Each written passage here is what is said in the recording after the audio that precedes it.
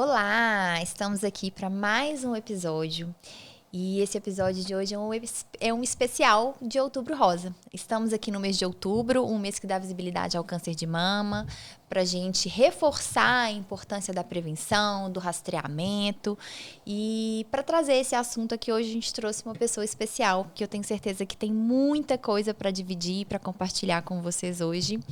Muito bem-vinda e obrigada por estar aqui, Sâmara. Obrigada, doutora. Obrigada, doutor. Nossa. É um prazer estar aqui. Prazer é todo nosso, Sâmara. A Sâmara, para quem está conhecendo ela agora, ela é minha paciente, tive a honra de tê-la como paciente. Ela passou por câncer de mama, teve um diagnóstico, vai contar um pouquinho para vocês. Mas o que mais me encantou nela e fez com que eu fizesse esse convite junto com a doutora Joana é a maneira como ela enxergou todo o processo. Então, eu queria te perguntar, Sâmara, como é que foi isso? Desde o início, assim, você estava bem, sua vida estava normal, aquela correria de todos os dias, vai para lá, vai para cá, pega a menina na escola, aquela vivendo, porque assim, todo mundo vive como se nada fosse acontecer, né? A gente vive nunca como... acha que vai ser com a gente. Nunca. Nunca acha que vai ser com a gente. E assim, no meio dessa correria, como é que foi o primeiro diagnóstico? Assim, que você sentiu que tem alguma coisa acontecendo?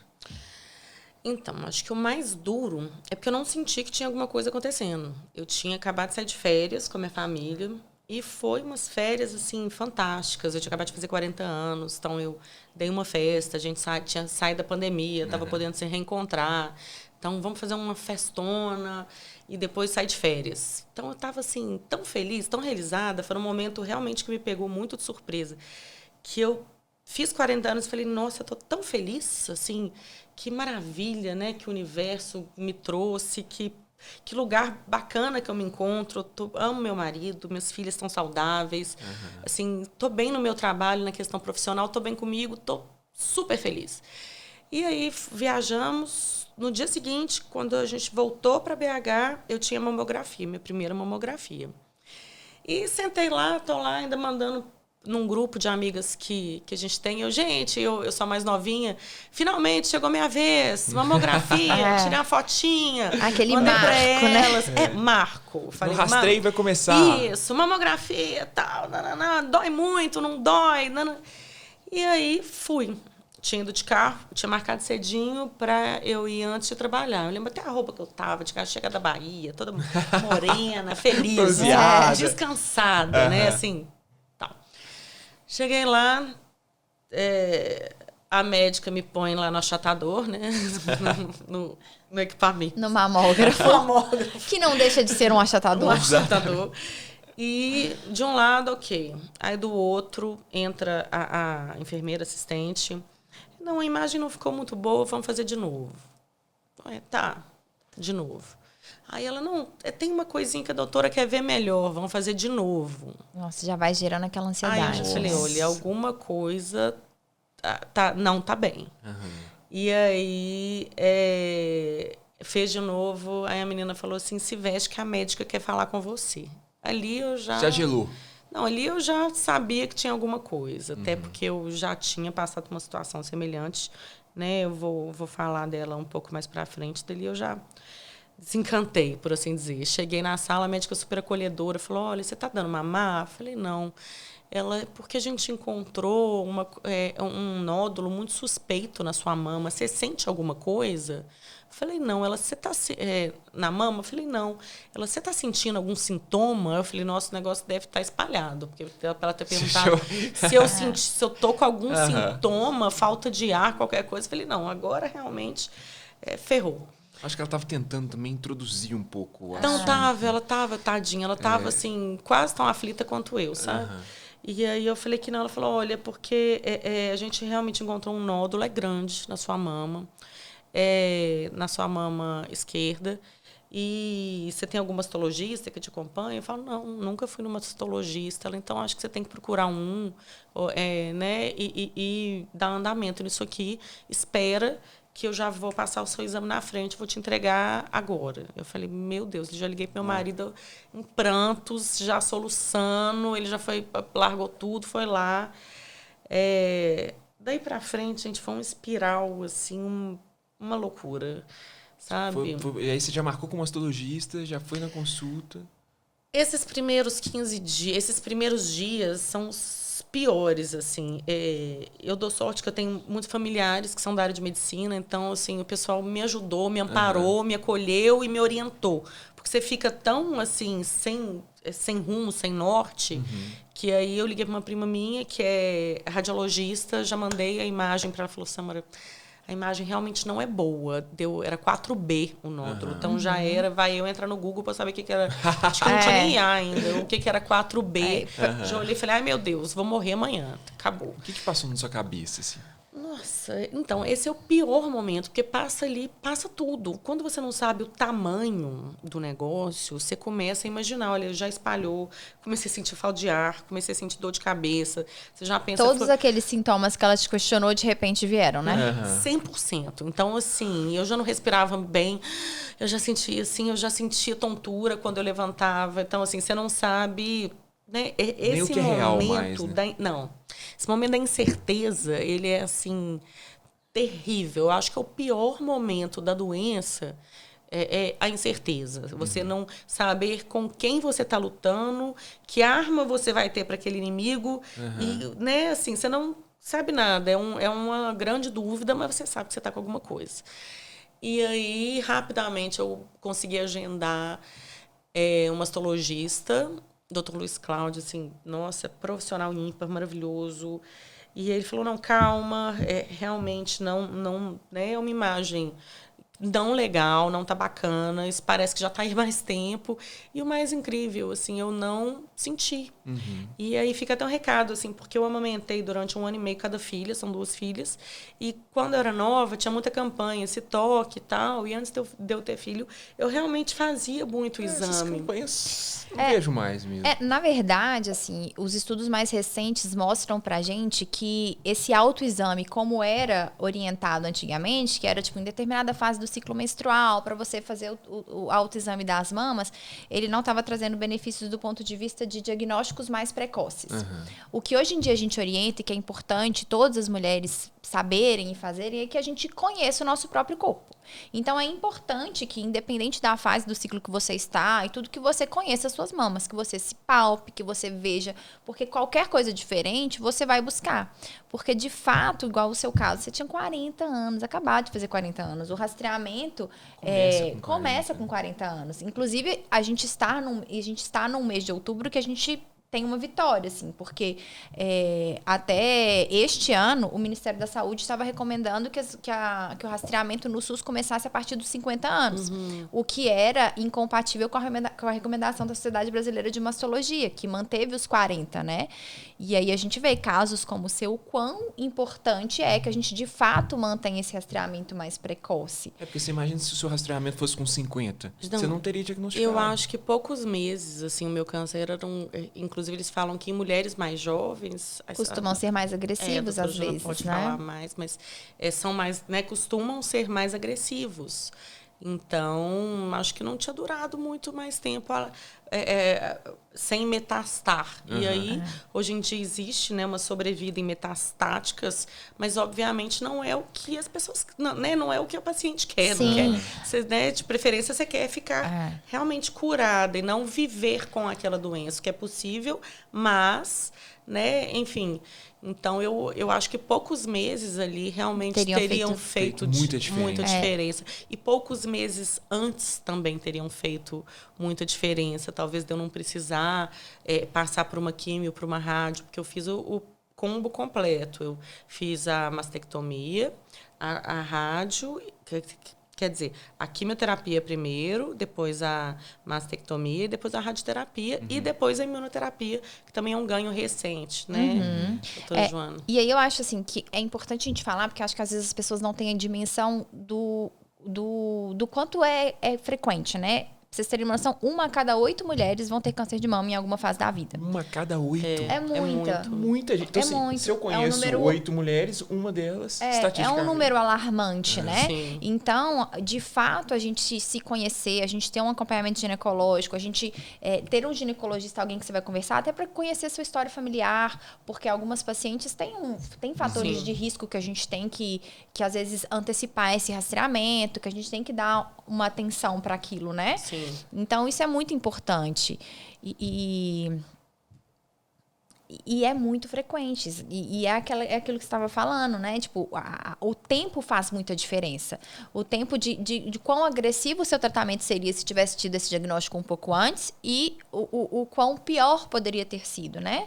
Mas ainda sobre esse número alarmante, a gente também tem uma taxa de cura muito grande, né? alta, muito grande. A gente tem ali cerca de 95% de cura para esses diagnósticos precoces. Então, assim, muito frequente, mas com uma taxa de cura muito Muito boa. grande. Então, a gente tem que ficar muito atenta à prevenção e a rastreamento e diagnóstico precoce. Isso melhorou né? muito, né, Joana? Porque Sim. eu lembro, a imagem que eu tinha de mais novo era assim, câncer de mama era quase que uma sentença. Até os mamógrafos melhoraram muito. Então, a gente, às vezes, agora consegue identificar imagens ainda mais precoces, né? E aí, Samara, até por você ter tido um câncer de mama tão jovem, eu acho que é importante a gente perguntar também, você tinha algum dos famosos fatores de risco ou uma história familiar muito positiva que influencia? Então, eu nunca imaginei que eu fosse ter câncer de mama. Eu achava assim, câncer de mama eu não vou ter. Por quê? Ninguém na minha família, na verdade, minha avó paterna, com 80 e poucos anos, teve câncer, mas já é fora, né? E aí, assim, exatamente, vale lembrar que acima aí dos 80 anos, na verdade, assim, a gente fala acima de 50 anos, a sua história familiar começa a ter um peso um pouco menor do que a das pacientes jovens, né? Porque aí a gente tá num processo de envelhecimento e tudo mais, é completamente diferente, né? Sim. Então, realmente... Eu, né, não fumo, sempre fiz exercício físico com frequência, sempre dei preferência por alimentos mais saudáveis, menos industrializados, nunca tive sobrepeso e dei mamar. Uma mastologista ainda eu falei, doutor, mas eu dei mamar tanto tempo, eu amava dar mamar. Ele falou, não é vacina. E aí eu parei de me tocar, porque eu realmente achava, né, enfim, eu me achava imune realmente ao câncer de mama. Eu dei 1 ano e meio de mamar para cada filha e eu amava dar mamar. Sabe assim, o meu peito, ele, não sei, sempre foi uma parte do meu corpo muito querida. Eu não imaginava como que aquilo ia desenvolver um câncer. Sabe assim, quando Como você algo se sente... que você gosta tanto vai te causar algum problema. Vai me né? causar algum problema. Tem Não tanta passar. memória positiva Só aqui, memória né? positiva. Não imaginava realmente, assim, que pudesse. Então, veio igual um raio, um choque, assim, sabe? Uma E coisa... as pessoas não ficaram assim, você tem que ter feito alguma coisa. Não, 100% das pessoas. E isso, assim, vou te falar, o que nunca fale para um paciente é uma coisa que me machucou muito, até eu conseguir saber lidar com isso e, de certa forma, até perdoar um pouquinho, assim, as pessoas próximas. Era assim... Você tem mágoa escondida. Eu tenho certeza. Alguma coisa do seu coração. Não, você com certeza. Alguma coisa você criou para você ter aí. Eu cheguei a escutar de uma médica que eu saí de lá com uma receita de fazer constelação familiar. Nada contra constelação familiar. Nada contra, mas a pessoa vai te colocando ali numa posição, e foi o que eu senti no início. De assim. culpa até, né? Não, de culpa. E a gente tem que entender que a gente fez algo. Você não tem que buscar culpa, né? E nos primeiros dias, eu revisei minha vida inteira. Eu falei assim... Deixa eu procurar minha culpa. E eu ficava procurando ali aquela culpa. Não, será eu trabalho demais? Será que quando minhas filhas Nossa, nasceram... é muito cruel isso. É muito cruel. Eu fiquei dividida demais? Será que eu... sabe, você fica ali numa posição realmente assim, você fica buscando. Aí você para e fala, gente, mas se fosse isso, o hospital psiquiátrico deveria ter um índice maior. Será que alguém pesquisou isso? Muito bom. Eu cheguei é a pensar, verdade. eu falei, será que alguém pesquisou o nível de depressão, enfim, ou qualquer coisa assim, porque você vai revisando sua vida e pensando, tenho que ter feito alguma coisa para merecer.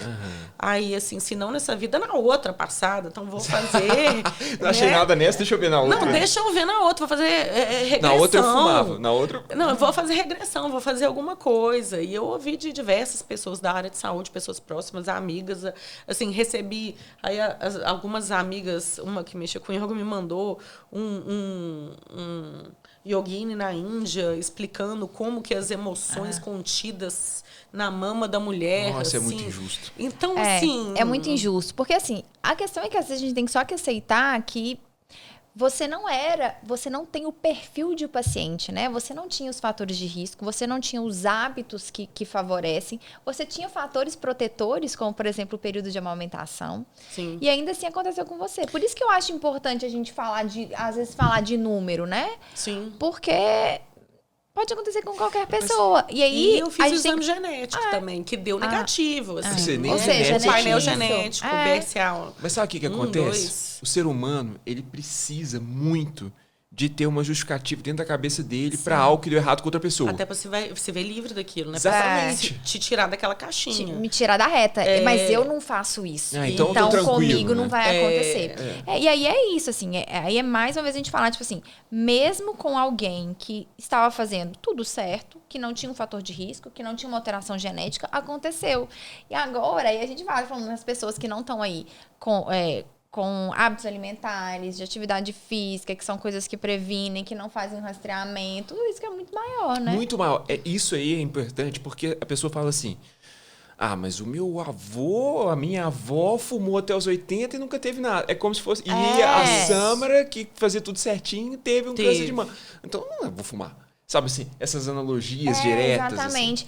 Assim. E essas coisas que as pessoas encontram para se esconder atrás de uma coisa que elas sabem que estão fazendo e que elas sabem que é prejudicial e que elas estão fazendo, né? Aumentando o risco, né? Aumentando o risco. Uma outra coisa que eu vejo muito também é as pessoas que não vão no exame. Que fala assim, quem procura acha. Então, eu vou aqui. E assim, eu acho... Você procurou, né? No meu caso, eu procurei, lógico. E é até importante que a gente está falando de fatores de risco.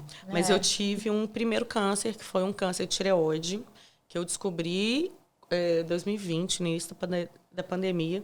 E depois eu procurando saber... foi até uma pessoa que me acolheu muito, que é minha médica da tireoide. Ela também teve câncer de tireoide e também teve câncer de mama. Sério? Então, aí depois fui conhecendo outras pessoas, inclusive na sala da quimioterapia, que tiveram os 2 cânceres associados. Assim. Então, a gente fala não tem nenhum fator de risco, mas assim... vocês vão poder, vocês são da área médica, falar muito mais que eu, mas do pouco que eu entendi de todo o processo, é muito mais complexo. A gente não conseguiu desvendar ainda todas as chaves, né? Quem dera se todas as chaves já tivessem sido abertas aí para trazer esse fator de risco. Se a gente soubesse todos os genes, tudo que acontecia, exatamente, assim que nascesse, já faria um painel genético. E aí fala assim, não, você com 33 anos vai ter tal... Não é assim. Isso. Até porque o tempo inteiro o nosso organismo está produzindo células neoplásicas. Sim. Olha só, que doideira. É que o sistema imune acaba combatendo elas. Sim. Mas assim, a gente está sujeito a ter um câncer de mama, ou de próstata, ou de intestino o tempo inteiro. Por isso que quando a gente tem hábitos saudáveis, igual você teve, provavelmente, se você não tivesse hábitos saudáveis, talvez você teria um câncer mais agressivo e mais precoce. Exatamente. Sim. Então, assim, uma coisa não anula a outra, né?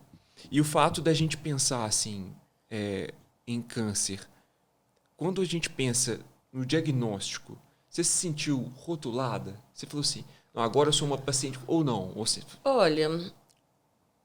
mais ou menos. No início, sim, eu até cheguei a evitar sair. Meu marido falava assim, vamos sair, vamos na festa do fulano, do ciclano. Aí eu tinha um pouco de preguiça, assim, porque as pessoas chegavam para mim, como você tá?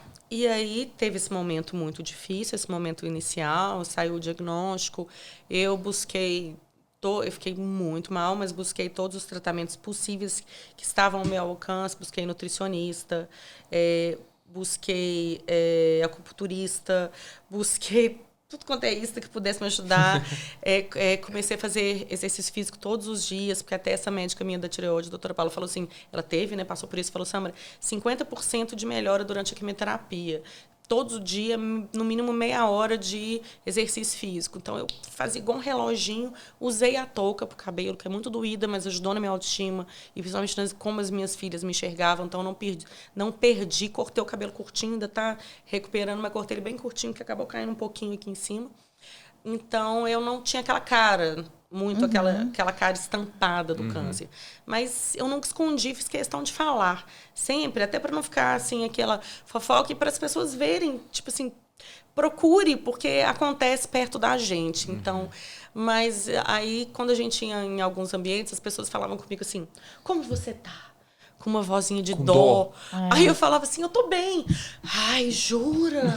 Ai, parece que as pessoas elas não esperam que alguém esteja bem, né? Então, eu acho que por isso também é tão importante nesse Outubro Rosa a gente mostrar para todas as mulheres que estão passando por isso que é possível, mostrar, gente, eu tô bem, o câncer de mama tem cura, a gente precisa buscar tudo isso que você buscou exatamente, né?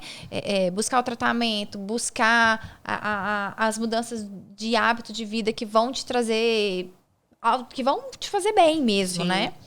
E eu acho que, de fato, assim, receber esse diagnóstico é um diagnóstico que deixa a gente muito vulnerável.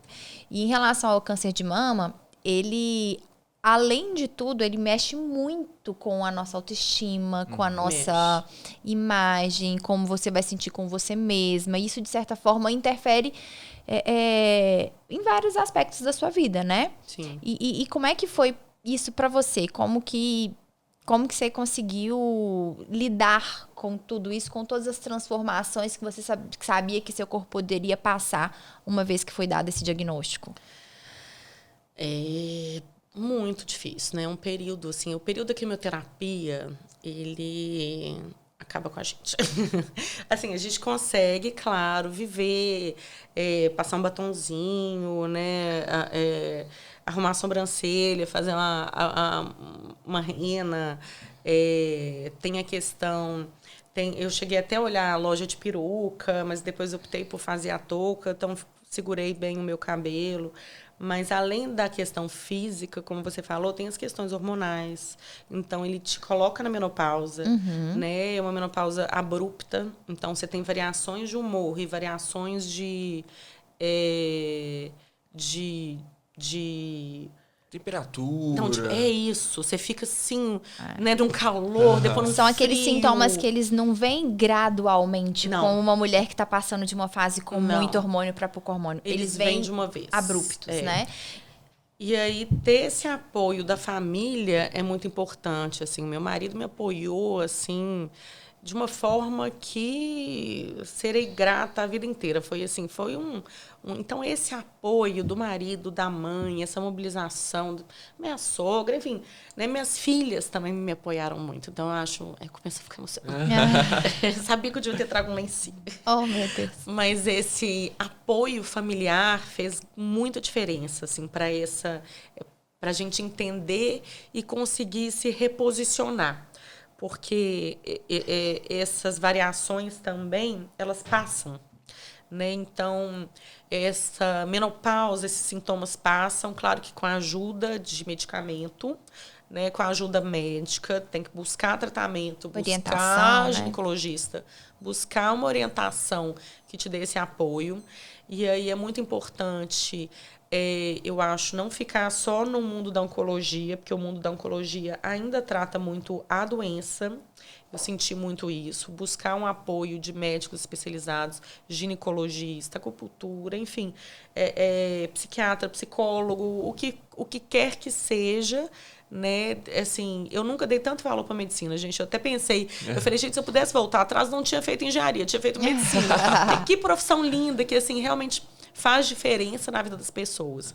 Então, é buscar transicionar esses sintomas da melhor forma possível. Eles são difíceis? São. Mas também não é impossível. Quando a gente tem filho, a gente também vive uma transição, né? Quem é mãe, uma transição hormonal, uma transição ali... Que é super complexo. Que é super complexo. De identificação também, né? Então você algo você parecido, recondiciona o seu corpo, você recondiciona seus hormônios, você recondiciona, né, assim, você como mulher.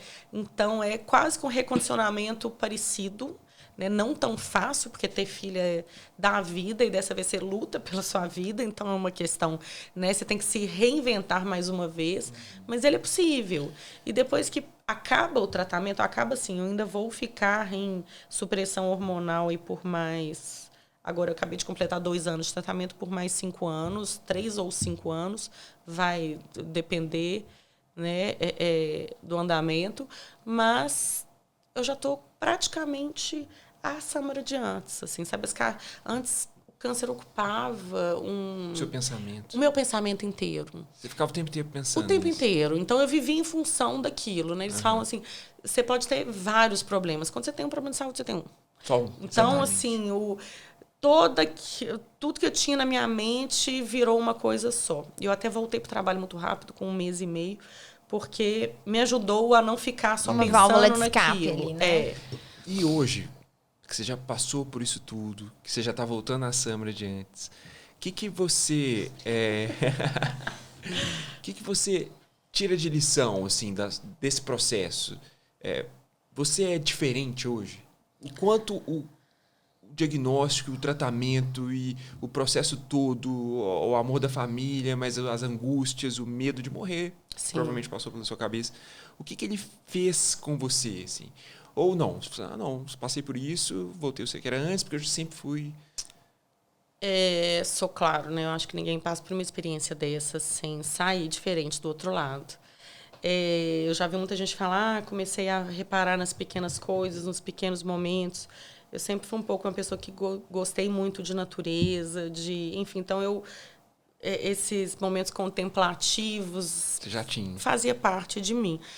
Eu acho que o que mudou me deixou uma pessoa mais forte, assim, no sentido de maternidade e de eu querer ter uma ânsia de passar para os meus filhos realmente, assim, que a vida não é fácil, mas que a gente tem que buscar ser feliz, assim, porque às vezes a gente quer super proteger as pessoas das coisas e aí quando você tira essa super proteção, o mundo desaba por baixo dos pés, né? Então, assim, o que eu saí mais diferente é que eu acho que eu saí mais fortalecida, sabe? Com algum propósito de vida de me aposentar. Como você tá mais cedo? Exatamente. Pra viajar mais. Foco em aposentar e viajar. Porque você ama viajar. Não, né? eu amo viajar. Inclusive, fiz toda a minha quimioterapia. Eu te falei, né? Já programando uma viagem para o Peru para quando acabasse o tratamento. O tratamento estendeu um pouquinho, mas eu fiz a viagem, ele deu para encaixar. Então, assim, os meus... Porque a vida é finita, né? É a gente finita. só acha que não é. Não, quando você é jovem, é porque talvez... quando eu tive o câncer de tireoide, que eu descobri que a vida era finita. Né? Porque até então você acha que a vida não é finita, que vai... Você acha que você ainda vai ter tempo para fazer tudo o que você quer fazer, tudo né? que você ia fazer. E aí, de repente, você começa a ver as coisas sob outra perspectiva. Exatamente. E reclassificar suas prioridades, talvez. Quanto Exatamente, tempo a acho gente que desperdiça, né? Isso. Ó, aquela expressão assim, vou fazer isso aqui pra passar o tempo. Você quer que passe tempo rápido por quê, né? Se a vida é o tempo, né? Isso. Se você espera que o tempo passe rápido, você tá esperando que sua vida passe rápido, né? E a gente nunca sabe, né? Quando que vai ser a última vez que você vai encontrar com alguém, qual que vai ser, né? Assim, enfim, eu me deu uma ânsia de viver um pouco maior, sabe? Eu tenho uma paciente também que passou pelo câncer e ela me falou que uma coisa que eu fiquei com isso na cabeça. Eu não sabia o que era felicidade até eu entender que eu poderia morrer. Porque quando eu entendi que eu poderia morrer, eu pensei assim, a vida é finita. Então, todos os meus planos naquele momento, até aquela data, eram para o futuro. Eu vivia preparando um futuro que nunca chegava. Sim. E a partir do momento que eu falei assim, esse futuro pode não chegar mesmo. Então a vida é agora. É. A preparação que ela tinha, na verdade, era a vida que ela estava achando, né, que não era, porque ela falou assim, eu vou ser feliz quando, né? Isso é super comum, a gente faz isso o tempo inteiro. Tempo inteiro. Eu vou ser feliz quando eu passar no vestibular. Eu vou ser feliz quando eu começar a trabalhar e ter o dinheiro. Eu vou ser feliz quando tiver filho. Meus filhos pequenos dá trabalho demais. Eu vou ser feliz quando eles estiverem... Quando eles voltarem a dormir. A gente tem que aprender a ser feliz no caminho, né? A chegada não é o ápice da vida, né? É o caminho, é o trajeto que a gente vai fazendo aí. Exatamente. E sendo feliz, assim, buscando voltar me realizar, porque depois que acabou tudo, né, eu não me senti ainda inteira, porque eu não gostei. É aquela coisa que eu estava falando um pouquinho com vocês nos corredores, assim. O paciente de câncer de mama ainda é um pouco tratado como, se contenta, né? Se a sua cirurgia ficou assim, você tá viva, você tá viva, não preocupa com esse peito, não. Não tem do que reclamar, né? Vai embora e segue a vida. E aí que eu procurei o Dr. Gustavo.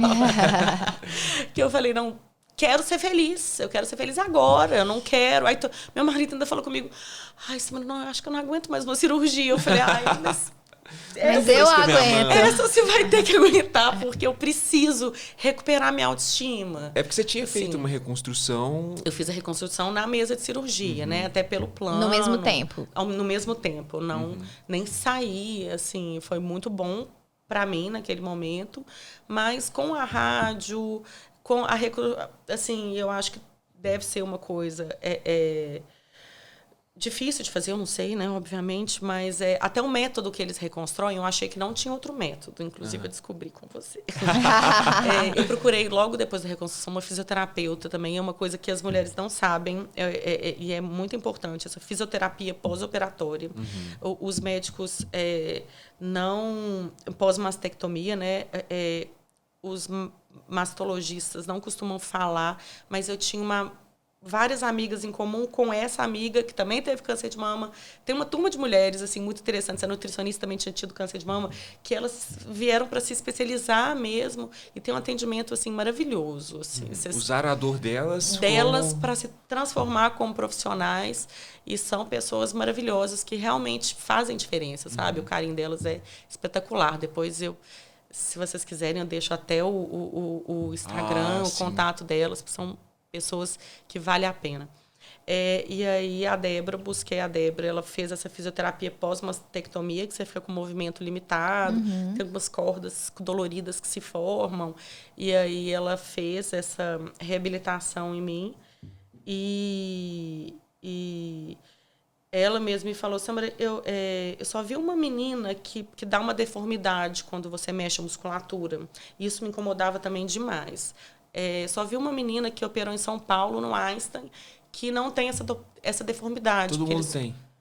Todo mundo tem, e é isso aí. Gente. Essa é a técnica. Inclusive, eu tô para ir no mastologista que ele pediu para ver, porque ele nunca viu.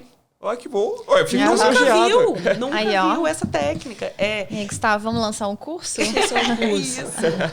E aí, procurei. E ela falou, olha, Samara, é isso mesmo. Todo mundo é assim. E aí... Essa frase me incomoda. Todo mundo... É isso que eles usam. Acostuma porque é isso. E aí, quando eu fui no Dr. Gustavo, ele falou, não, a gente consegue fazer assim, assim, assado, vai ficar assim, assim, assado, e vai dar certo. E aí, depois, eu, desconfiado, fui lá na verdade, eu tinha consulta com o mastologista, falei, doutor, eu vou operar, finalmente, e o médico falou assim, assim, assado. Ele falou, nunca vi isso. É mesmo? Aí eu falei, mas eu confiei nele, doutor. E eu vou. Ele falou, então você volta. Falando nisso, eu tô devendo essa volta pra ele. Você volta porque eu quero ver. Porque eu nunca vi. Se isso vai ficar bom, hein? E, poxa vida, tá melhor do que antes. Que bom. Que coisa boa. Mas assim, eu também não fiquei inseguro. Ficou, pois é. Você sentiu, né? Senti. Nossa, será que vai ficar do jeito que a Samara quer? Que bom que ficou. Fico feliz. Ficou ótimo. Meu marido tá felizão. Ele olha e fala, gente, mas ficou bom isso, hein? Eu falo, ficou ótimo. verdade. Não, porque eu acho que é isso, né? A gente tem que ser feliz, independente do que aconteceu. Você pensar assim, não, mas você tem que se contentar com simplesmente porque você está viva, ou simplesmente porque você teve diagnóstico. Mas você não está feliz, não. Você está viva, você está curada. Mas eu tenho que esperar 7 anos. Mas assim, você está curado. Sim, não, eu tô curadíssimo. Mas por que a gente não pode querer mais, né? Mais do que sobreviver ao câncer, é viver bem após um câncer, né? Exatamente. Mais que sobreviver, é viver bem. Por isso que eu falei assim, cara, a Samara é incrível que ela tem essa sede. Porque a maior parte das pacientes pensam assim, não, será que eu não estou sendo... pedindo demais para Deus, né? Ou estou sendo ingrata porque eu estou viva. Eu não deveria me conformar com o que eu tenho agora, porque eu sobrevivi, né? Tipo assim, a gente tem que prezar pela qualidade de vida, pelo bem-estar, por você se recuperar de forma integral após um câncer, né? E eu acho que os cânceres ginecológicos têm esse impacto, assim, na mulher, né? E de fato, são mal conduzidos depois, né? Porque é difícil para todo mundo, é difícil para a mulher e às vezes é difícil para nós médicos entender esses anseios, porque é aquela história, né? Quem está vivendo essa dor do pós-câncer são vocês, né? Então, assim, a gente tem que ter esse olhar empático de se colocar no lugar e falar, não, eu preciso dar uma atenção para além do câncer, eu preciso cuidar dela como um todo. Como pessoa, né? Como pessoa, exatamente. Eu preciso cuidar das demandas que ela tem, além do câncer. Ela não se resume a este câncer. Sim. E assim, que conselho que você pode dar para as pessoas que estão passando por isso agora, assim? Que estão nesse momento que você está do Behards 4. Peguei a mamografia, tenho essa escuridão de não saber. Será que tem algo no meu fígado, algo no meu intestino? Como é que vai ser a vida aqui? Quanto tempo de vida eu tenho? Né? Será que eu realmente vou conseguir vencer? Que conselho que você dá para essas pessoas? Então, que esse é o momento realmente mais desafiador, é dolorido, é realmente assim, doído. Mas buscar ajuda, sabe? Assim, buscar bons profissionais, não se contentar com um tratamento... eu não falo desumano, é porque a gente tem um tratamento humanizado hoje em dia, né? Então, não se contentar com qualquer tratamento, buscar ajuda, conversar com as pessoas que já tiveram, ajuda demais também, sabe? Buscar histórias felizes, né? Porque são muitas 95%. Hoje em dia. Pois exatamente. Acho que a gente tem que mirar naquilo que deu certo, né? Tem que tentar se manter positivo. A tecnologia médica hoje em dia uma coisa que me animou muito quando me falaram, foi assim, o câncer de mama é a doença mais estudada do mundo. Deu uma pausa por causa do Covid, porque estudaram pra caramba o Covid, mas é a doença mais estudada do mundo. Então, as chances de cura são muito grandes. Sim. Isso me deu uma levantada, falei, vou passar dessa porta, assim, vou conseguir. Então, eu acho que é buscar ajuda, porque sozinho, assim, realmente é difícil. Então, tanto a ajuda médica quanto a ajuda de familiar, suporte, né? Não encarar sozinho e acreditar. Que eu acho que é levantar e não deixar... Assim, tem dia... E é uma saga. Tem dia que parece fácil falar, mas não. Tem dia que você não quer sair da cama, que você, assim, tá... embaixo.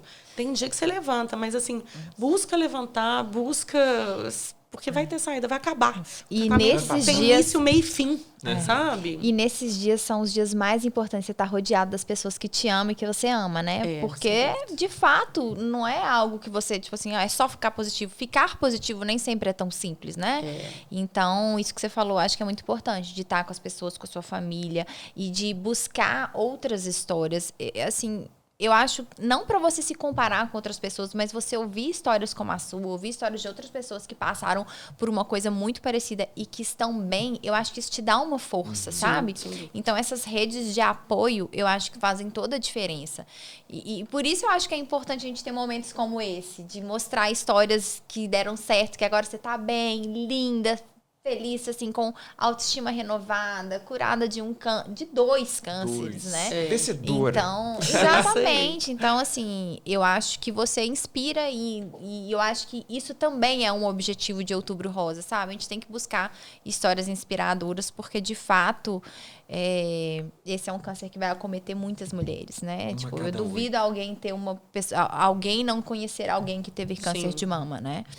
E por isso eu sou muito grato, viu, por você ter aceitado o nosso convite, ter vindo Eu que aqui sou. e ajudar tanta gente a enxergar a vida. Se você pensar que é 1 a cada 8, olha o tanto de gente que deve estar Sim. passando por isso nesse momento. Sim. E com certeza sua história, suas palavras vão ajudar muita gente. Obrigado, viu? Por ter Obrigada a vindo. vocês. Eu queria finalizar te fazendo uma pergunta, Joana. Ai, diga. Como é que uma mulher pode fazer para assim, 1 a cada 8 é meio que desesperador se você não. Sim. Então eu tenho que fazer exame a partir de 20 anos de idade. Assim, como é que eu posso fazer para evitar não evitar o câncer em si? Porque evitar o câncer a gente basicamente sabe, né? É a vida saudável. Mas para ter um diagnóstico mais precoce, já que o autoexame já mostrou que não Sim, é não é tão tão. eficiente. Eu acho assim que o essencial as pessoas têm que se cuidar, né? E eu acho que aí você precisa ter um acompanhamento ginecológico.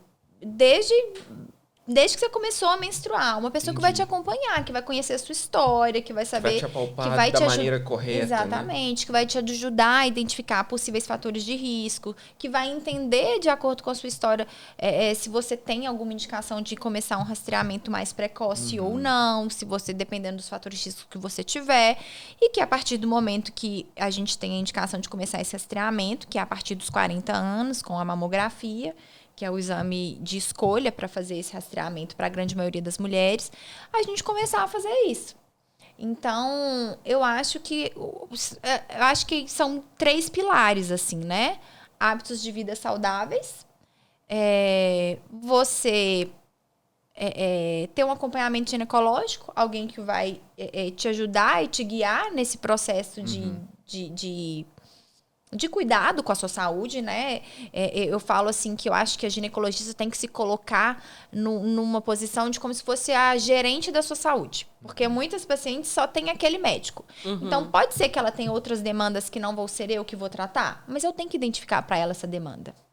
Então, eu acho que as pessoas precisam de ter essa relação. Um médico para chamar de seu. Um né? médico para chamar de seu. A ginecologista é a isso. médica da mulher, a né? médica Minha mãe da sempre mulher. falou isso. Você tem que ir Exatamente. todo ano na ginecologista. Tem que ir todo ano e a gente tem que... E eu acho que, assim, você criar essa relação com a sua médica ginecologista, eu, graças a Deus, acho que eu tenho essa relação com muitas pacientes, facilita demais identificar. Elas me dão abertura para conversar sobre muitas outras coisas, trazem muitas queixas que às vezes elas acham que não é nem para mim que elas têm que relatar, mas eu acho que é isso.